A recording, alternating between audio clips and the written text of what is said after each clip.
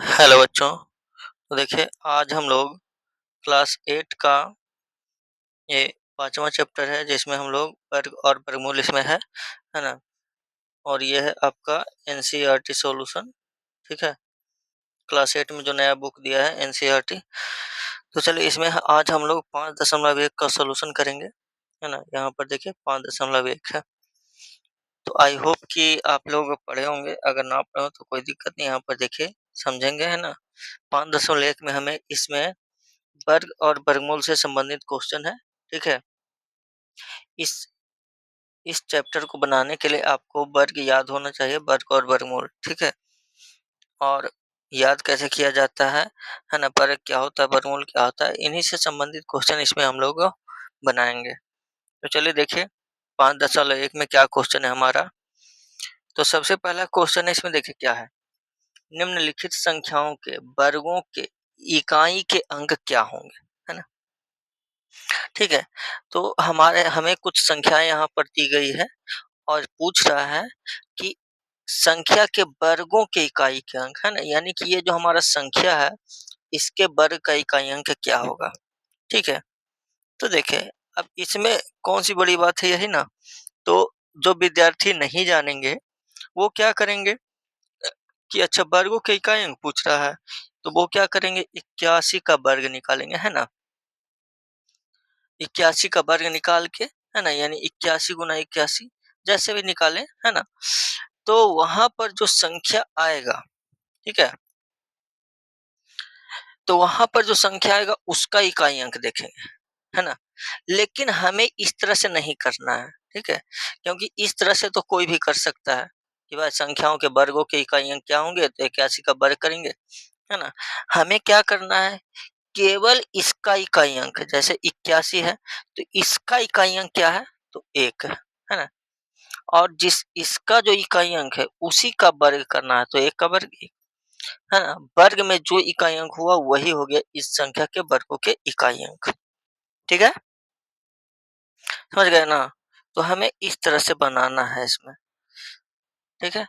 तो देखिए, यहाँ पर हम क्या करेंगे, हमें पूछ रहा है पहला में 81 के वर्गों के इकाई अंक, है ना? तो 81 में हम क्या करेंगे, वैसे तो यहाँ केवल आंसर लिखेंगे हम लोग, है ना? बट आपको समझने के लिए बता रहे हैं कि 81 में इसका इकाई अंक 1 है ना? और 1 का वर्ग क्या होगा? तो 1 का वर्ग 1 है ना? तो इकाई अंक क्या हो गया? 1 हो गया, ठीक है? दूसरा में हमारा जैसे इसमें 272 है, तो 272 के इकाई अंक कितना है? 2 है ना? 2 का वर्ग करेंगे 4, तो इसके इकाई अंक क्या हो जाएँगे? 4 हो जाएगा, है ना? उसी तरह से देखिए 799 है ना?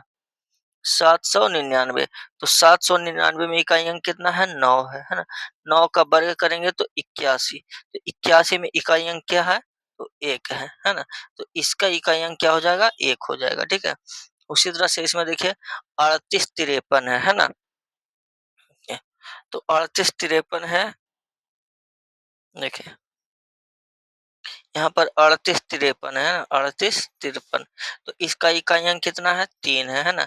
3 का वर्ग करेंगे तो हो जाएगा 9, यानी इसका इकाई अंक क्या हो जाएगा? इसके वर्गों के इकाई अंक 9, ठीक है ना? उसी तरह से यहाँ 5वां देखिए 12 34, इसका इकाई अंक 4, 4 का वर्ग करेंगे 16, तो इकाई अंक क्या हो जाएगा? 6, है ना? यहाँ पर क्या है? 7, 7 का वर्ग करेंगे 49, तो इकाई अंक 9, है ना? यहाँ पर है 52 698, इकाई अंक 8 है, तो 8 का वर्ग करेंगे 64, है ना? तो इकाई अंक 4, ठीक है? यहाँ पर 0 है, तो 0 का वर्ग 0, इकाई अंक 0 हो जाएगा। उसी तरह से यहाँ पर देखिए 6 है, 6 का वर्ग करेंगे 36, इकाई अंक 6, है ना? 5 है, तो 5 का वर्ग 25, इकाई अंक 5 हो जाएगा, ठीक है? तो इस तरह से हमें जब इकाई अंक किसी संख्या के वर्गों के इकाई अंक पूछे, तो इसमें हमें पूरे संख्या का वर्ग नहीं करना है, केवल उसके इकाई अंक का वर्ग करेंगे और वहाँ से जो उसका वर्ग आएगा उसमें इकाई अंक हम देख लेंगे, ठीक है? चलिए अब दूसरा क्वेश्चन में देखिए क्या है? निम्नलिखित संख्या स्पष्ट रूप से पूर्ण वर्ग संख्याएँ नहीं है ना? मतलब ये कह रहा है कि ये सभी जो संख्या हैं ये पूर्ण वर्ग नहीं है ना? स्पष्ट रूप से पूर्ण वर्ग नहीं है, इसका कारण दीजिए, ठीक है? क्या कह रहा है? कारण बताइए कि ये पूर्ण वर्ग नहीं है। तो देखिए इसके लिए कारण क्या है ना, देखिए जैसे हम वर्ग करते हैं, तो किसी भी संख्या का वर्ग इकाई अंक क्या हो सकता है? किसी भी संख्या का इकाई अंक, है ना? तो कोई भी संख्या बनता है हमें केवल यही 10 अंक से, है ना? 0, 1, 2, 3, 4, 5, 6, 7, 8 और 9, है ना? यही 10 अंक से संख्याएँ बनती हैं, ठीक है? तो जब हम इसका वर्ग करेंगे तो 0 का वर्ग 0, है ना? 1 का वर्ग आएगा तो 1, ठीक है? 2 का वर्ग 4, 3 का वर्ग 9, 4 का 16, तो इकाई अंक 6 हो जाएगा, है ना? 5 का 25, 6 का 36, 7 का 49, 8 का 64 और 9 का 81, ठीक है? तो कहने का मतलब ये हुआ कि कोई संख्या का वर्ग, है ना? अगर कोई संख्या होगा तो उसके वर्ग के इकाई अंक क्या-क्या हो सकते हैं? तो देखिए 0 हो सकता है ना? 1 हो सकता है और क्या हो सकता है? 1 के बाद फिर है हमारा 4 हो सकता है ना? 5 हो सकता है, 6 हो सकता है, 8 भी नहीं है कि नहीं? फिर 9 हो सकता है, ठीक है? 0, 1, 4, 5, 6, 9, है ना? उसमें भी अगर 1 0 है तो वर्गमूल वो संख्या वर्ग नहीं होता है ना? वर्ग होने के लिए उसमें 2 0 चाहिए, ठीक है? तो अगर ये संख्याएँ हैं तो वो संख्या वर्ग हो सकता है ना? वो ये जो भी ज़रूरी नहीं कि होगा ही होगा, है ना? हो सकता है, ठीक है? लेकिन इनके अलावे जो संख्याएँ होती हैं, अंक होती है ना? यानी कितना बचा? तो 2, 3, 5 नहीं, 5 तो हो ही गया, है ना? हाँ, 2, 3 अ, 4, 5 तो ये हो गया, 6 हो गया, 7 बचा और 8, है ना? 2, 3, 7 और 8 अगर ये संख्याएँ हैं, ठीक है? अगर हमारे पास 2, 3, 7, 8 किसी संख्या का इकाई अंक अगर ये है, तो वह संख्या स्पष्ट रूप से कभी भी पूर्ण वर्ग नहीं हो सकता। क्यों नहीं हो सकता? क्योंकि किसी भी संख्या के वर्ग का इकाई अंक 2, 3, 7 और 8 नहीं होता, है ना? तो यही हम लोग को यहाँ पर देखना है। कह रहा है कि स्पष्ट रूप से पूर्ण वर्ग संख्या नहीं है, इसका कारण दीजिए। तो हम यहाँ पर पहला में देख रहे हैं, है ना? कि इसका इकाई अंक कितना है? 7 है ना? तो 7 जो है किसी भी संख्या का वर्ग, किसी भी संख्या के वर्ग का इकाई अंक नहीं हो सकता, इसलिए यह पूर्ण वर्ग संख्या नहीं है ना? तो लिखना चाहे तो इसमें लिख सकते हैं कि चूँकि इन संख्याओं का वर्ग, हाँ, है कि नहीं? इसमें चूँकि इसका एक चूँकि संख्या का इकाई अंक, है ना? संख्या का इकाई अंक इकाई अंक क्या है?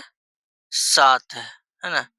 इसलिए इसलिए यह पूर्ण वर्ग पूर्ण वर्ग संख्या नहीं हो सकता, है ना? पूर्ण वर्ग संख्या नहीं होगा, है कि नहीं? पूर्ण वर्ग संख्या नहीं होगा। क्यों? क्योंकि इसका इकाई अंक 7 है, ठीक है?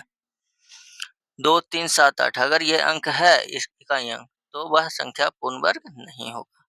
जैसे इसमें देखिए इकाई अंक कितना है? 3 है ना?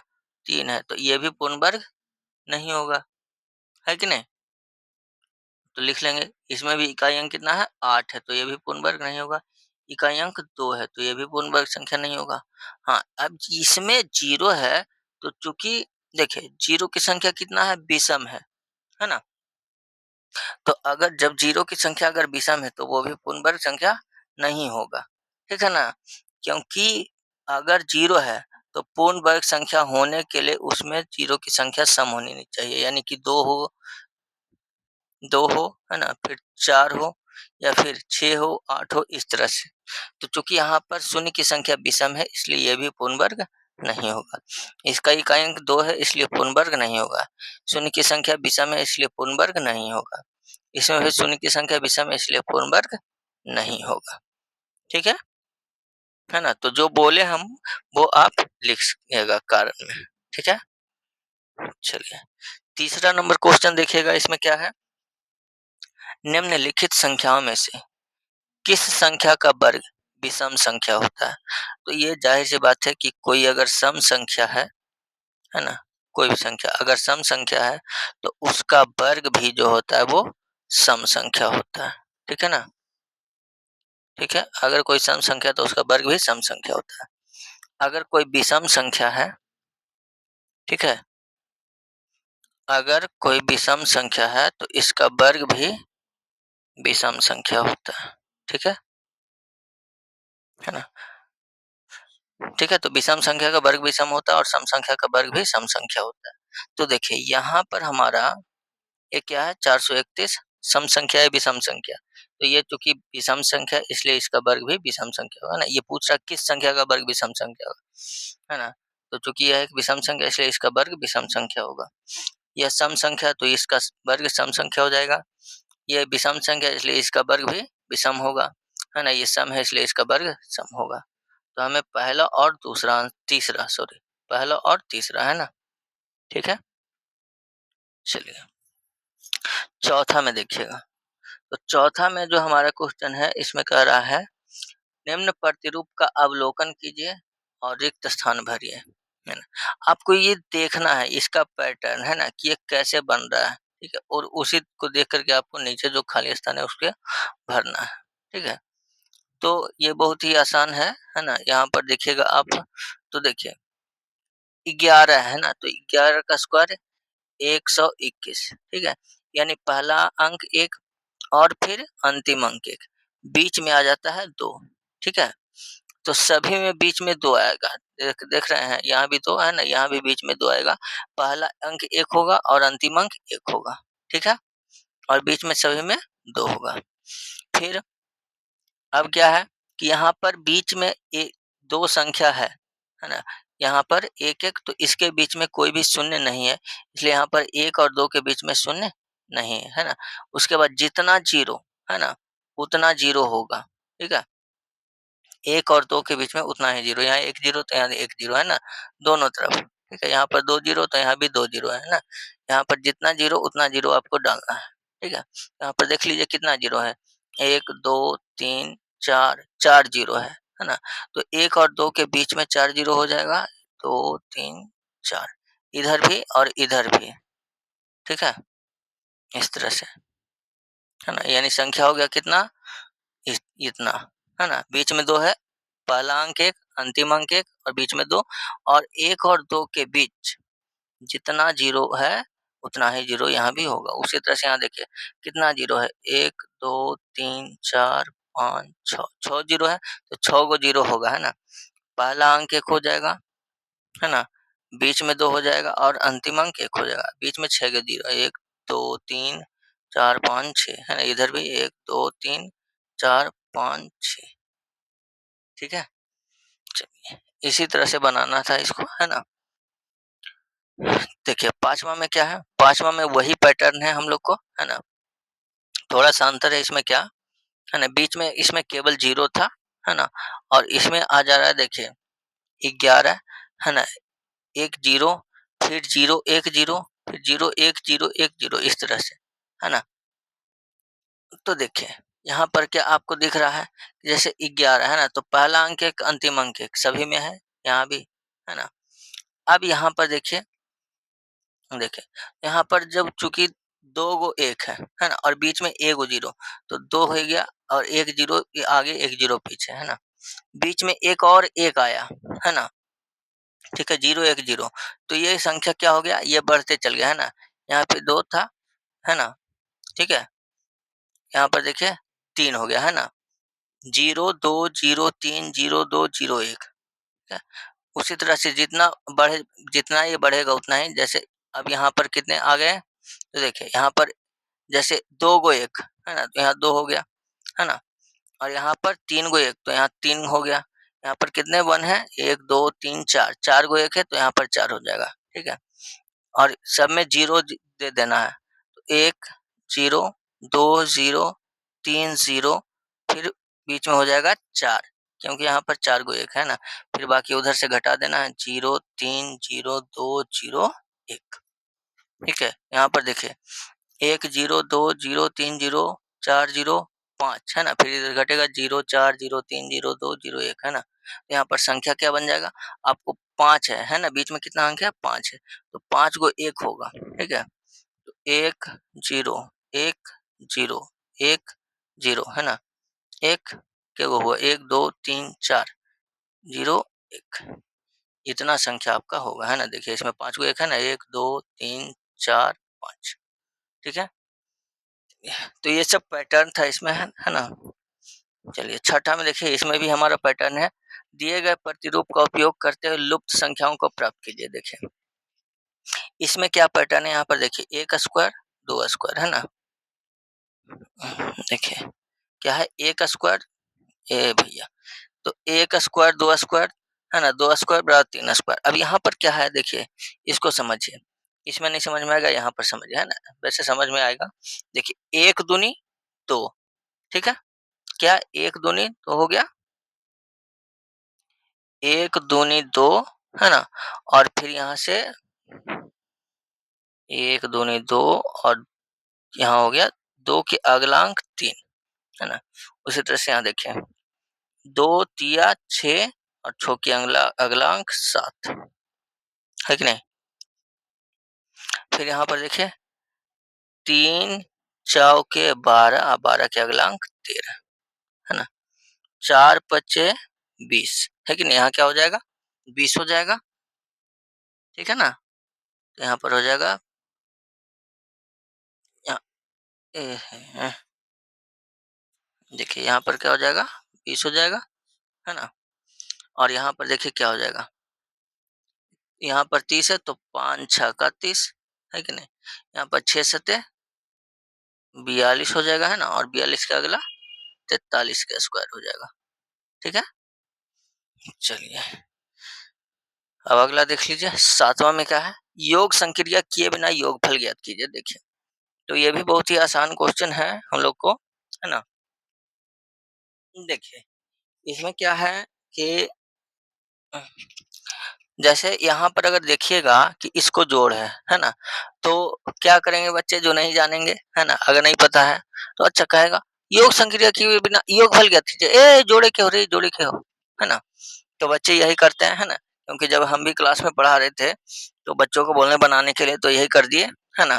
तो सभी ने क्या किए इसको जोड़ करके लिख दिए। तो जोड़ना तो है लेकिन डायरेक्ट इसको जोड़ करके लिखना नहीं है ना? ये कह रहा है कि योग संक्रिया किए बिना यानी बिना जोड़े बताइए कि इसका योगफल कितना होगा, है ना? क्या करना है? बिना जोड़े बताना है आपको कि इसका योगफल कितना होगा, ठीक है? तो बिना जोड़े इसका योगफल हम लोग कैसे बताएंगे? तो देखिए यहाँ पर क्या करेंगे?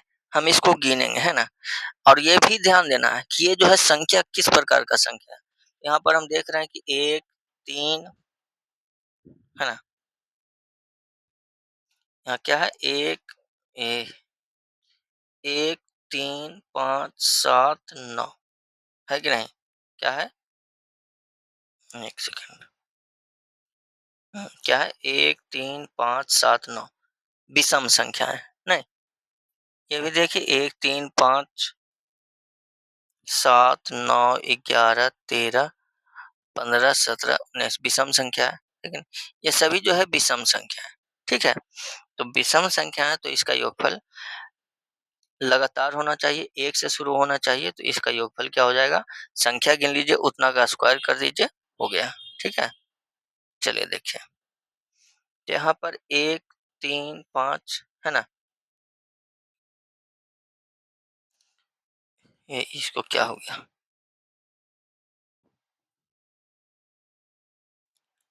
हाँ, अब आया। तो देखिए, कितना है? 1 2 3 4 5 5 गो है ना? तो 5 गो है तो 5 के स्क्वायर यानी कि 25 ठीक है?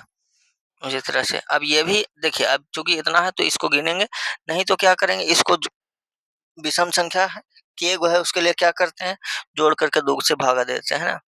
यानी कि 19 है ना? तो 10 गो होगा देख लीजिए, 19 जोड़ 1 है कि नहीं? 19 जोड़ 1 20/2 10, 10 गो होगा। 1, 2, 3, 4, 5, 6, 7, 8, 9, 10 है कि नहीं? तो 10 है, तो ये क्या हो जाएगा इसका योगफल 10 का स्क्वायर 100। ठीक है? जोड़ना नहीं है, बिना जोड़े बताना है। यहाँ 23 है, यानी 23 जोड़े 24/2 12, तो 12 गो है, तो इसका वर्ग क्या हो जाएगा? 12 के स्क्वायर यानी कि 144, है ना? तो इस तरह से इसको जोड़े बिना बताना है कि योगफल कितना होगा। ठीक है? चलिए 8वां में देखिए क्या है। तो 49 को 7 विषम संख्याओं के योग के रूप में लिखिए। ठीक है? ये क्या कह रहा है? 49 को 7 विषम संख्याओं के योग के रूप में लिखे, है ना? तो देखिए 7 गो विषम संख्या, आई 7 के स्क्वायर है ना? तो 7 के स्क्वायर है, तो 7 को विषम संख्या के योग के रूप में लिख देते हैं कि नहीं? तो ऐसा कैसे बनेगा? 1 से शुरू होता है कि नहीं? प्रथम 7 विषम संख्या का योग हो जाएगा 7 के स्क्वायर। तो 1 जोड़ 3 जोड़ 5 जोड़ 7 जोड़ 9 जोड़ 11, 7 को हुआ, जोड़ 13, हाँ 7 को होते हो गया, 3 4 5 6 7। ठीक है? उसी तरह यहाँ 121 को 11 विषम संख्याओं के योग, तो चलिए 1 जोड़ 2 सॉरी, तो 3 जोड़ 5 जोड़ 121 ना, 1 सेकंड,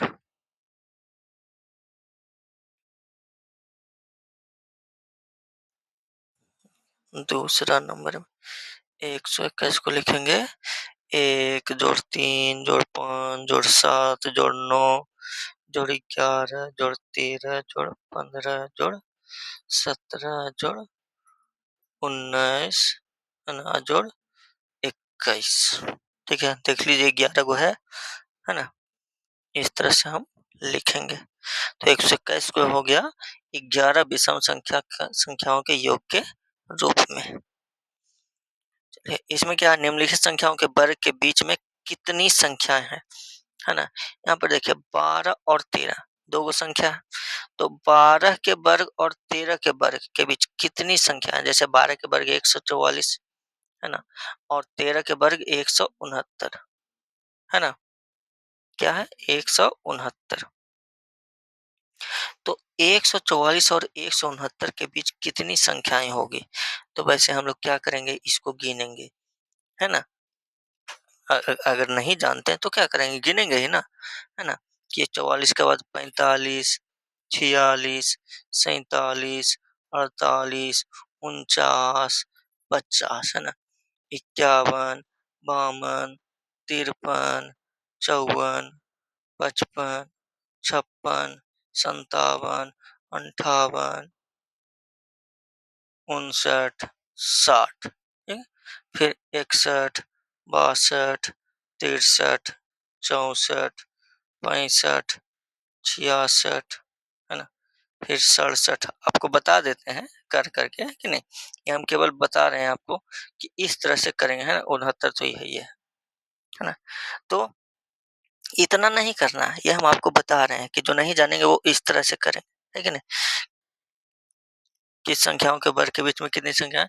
तो 12 के वर्ग 144, 13 के वर्ग 169, उसके बाद इसको गिनेंगे कि 1, 2, 3, 4, 5, 6, 7, 8, 9, 10, 11, 12, 13, 14, 15, 16, 17, 18, 19, 20, 21, 22, 23, 24। गिन कर क्या लिख देंगे कि इनके बीच 24 संख्या है। लेकिन नहीं, हम लोग को इतना नहीं करना है ना? हम लोग को इतना करे की जरूरत ना है। ठीक है? हम लोगों को इतना करने का कोई ज़रूरत नहीं है, ठीक है? तो हम लोग क्या करेंगे, हम लोग इसको कैसे बनाएँगे? तो देखिए, ए भैया, ये तो मिट में नहीं करता है। अच्छा, तो एरा से ना मिटेगा तो एरा से मिटेगा, है ना? चलिए देखिए, तो हम लोग को क्या करना है, जो इसमें हाँ, ये ध्यान रखना कि ये दोनों लगातार होना चाहिए, है ना?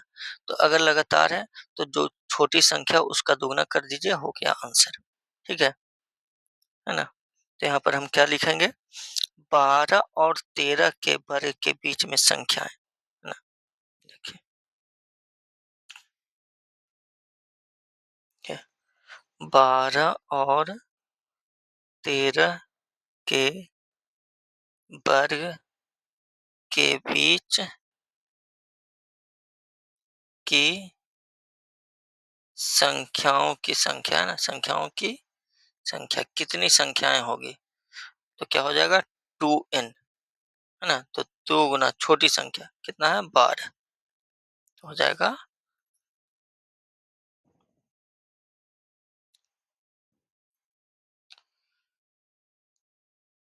2 गुना 12 कितना 24, ठीक है। दूसरा में 2n करेंगे, 2 गुना 25 क्या हो जाएगा 50, है ना। 99 और 100 के वर्ग के बीच कितनी संख्या होगी? तो 2 गुना 99 कितना हो जाएगा 198, ठीक है। तो इस तरह से हम लोग को करना है ना। ठीक है, तो आई होप कि आप लोग को समझ में आया होगा, है ना। और भी क्वेश्चन है? नहीं है, चलिए, तो इतना ही क्वेश्चन था, है कि नहीं। और आई होप कि कोई दिक्कत ना हो। अगर आप लोग को कोई दिक्कत है तो कमेंट कीजिए, है ना। जहाँ भी आपको दिक्कत लगे ज़रूर पूछिए, है ना, कमेंट करके ज़रूर पूछिए। और वीडियो कैसा लगा वो भी आप ज़रूर कमेंट कीजिए, है ना। गुड, बैड जो भी हो, अगर अच्छा लगा हो तो अच्छा की कहिए, और ना अगर आपको अच्छा नहीं लगा है तो भी कहिए कि हम सर हमें अच्छा नहीं लगा, नहीं समझ में आया, है ना। और अगर आपको अच्छा लगा है तो ज़रूर कमेंट कीजिए, है ना। अगर आपको कोई क्वेश्चन पूछना है तो भी कमेंट कीजिए। कोई अदर चैप्टर का या अगर दूसरे क्लास का पूछना है, दूसरे बुक का पूछना है, कमेंट करके आप कुछ भी पूछ सकते हैं, ठीक है। तो ये हो गया हमारा एक्सरसाइज, कितना था 5.1 था, है ना। 8वां का क्लास 8 का एनसीईआरटी बुक का, है ना। अभी जो ये हमारा जो सरकारी किताब है ना, तो सभी स्कूलों में हमारा जो एनसीईआरटी कर दिया है ना। पहले जो था एससीईआरटी चल रहा था, लेकिन बिहार के सभी स्कूलों में अब एनसीईआरटी दे दिया है ना। तो ये था हमारा 8वां क्लास का एनसीईआरटी हिंदी माध्यम में एक्सरसाइज 5.1 का सॉल्यूशन हो गया है। अगले क्लास में हम लोग 5.2 का सॉल्यूशन करेंगे, है ना। तो आई होप कि समझ में आया होगा, है ना। तो अगर आप चैनल पर नए हो तो चैनल को सब्सक्राइब करके बेल आइकन दबा लीजिए, और मन लगा के पढ़ते रहिए। मिलते हैं हम लोग अगले क्लास में, ठीक है। तब तक के लिए धन्यवाद। जय हिंद।